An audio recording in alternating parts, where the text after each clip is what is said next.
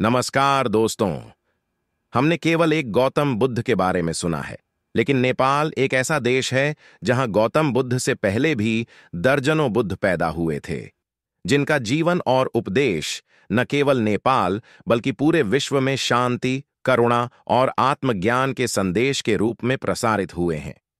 इन बुद्धों ने हमें जीवन के सही मार्ग को समझने और आत्म साक्षात्कार की दिशा में चलने की प्रेरणा दी है।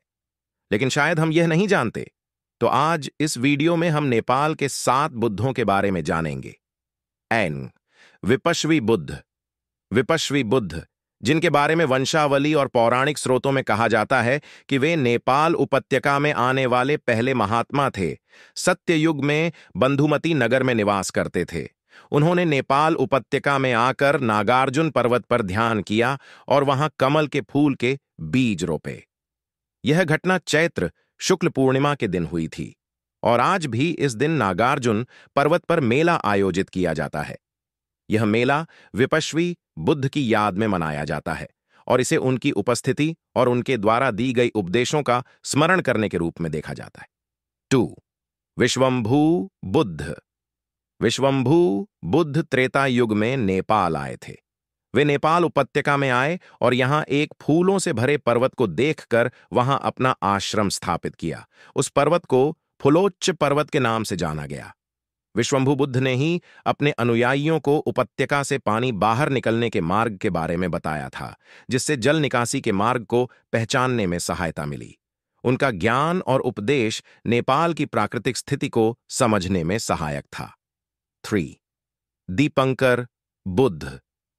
दीपंकर बुद्ध को गौतम बुद्ध से पहले के बुद्धों में से एक माना जाता है, जो बौद्ध धर्म के इतिहास में एक महत्वपूर्ण स्थान रखते हैं। उनका जन्म नेपाल के काठमांडू घाटी के पास हुआ था। कहा जाता है कि उन्होंने अपने जीवन में करुणा, प्रेम और ज्ञान का संदेश दिया। उनके उपदेशों में यह महत्वपूर्ण संदेश था कि सभी जीवों में बोधि और बुद्धि होती है और यही कारण है कि प्रत्येक व्यक्ति में आत्मज्ञान प्राप्त करने की क्षमता होती है।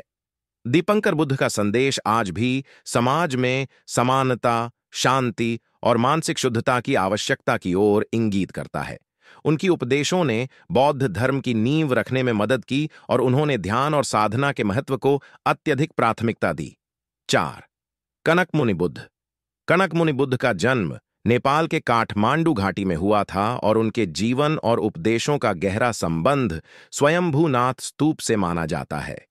कनक मुनि बुद्ध के समय में समाज में धार्मिक और सांस्कृतिक असमानताएं थीं और उन्होंने इन असमानताओं को समाप्त करने के लिए अपने उपदेशों का प्रसार किया। उनका प्रमुख संदेश था शांति, अहिंसा और आत्म जागरूकता।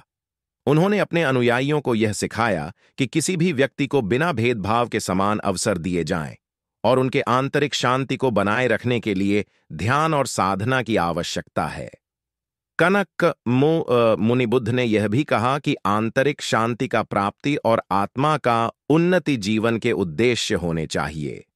उनके उपदेशों ने बौद्ध धर्म में सुधार की दिशा दी और समाज में सकारात्मक बदलाव की प्रेरणा दी। 5वें कश्यप बुद्ध। कश्यप बुद्ध को नेपाल के प्राचीन बुद्धों में से एक माना जाता है और उनका ध्यान स्थल काठमांडू घाटी के आसपास था। कश्यप बुद्ध ने ध्यान और साधना के माध्यम से आत्म साक्षात्कार की प्राप्ति की प्रक्रिया को महत्वपूर्ण बताया।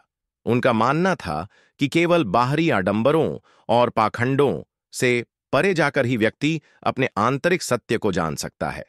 कश्यप बुद्ध ने अपने अनुयायियों को यह बताया कि केवल बोधि वृक्ष के नीचे बैठने से ही ज्ञान प्राप्त नहीं होता, बल्कि अपने भीतर की आत्मा की गहराई में उतरकर सत्य की खोज करनी होती है।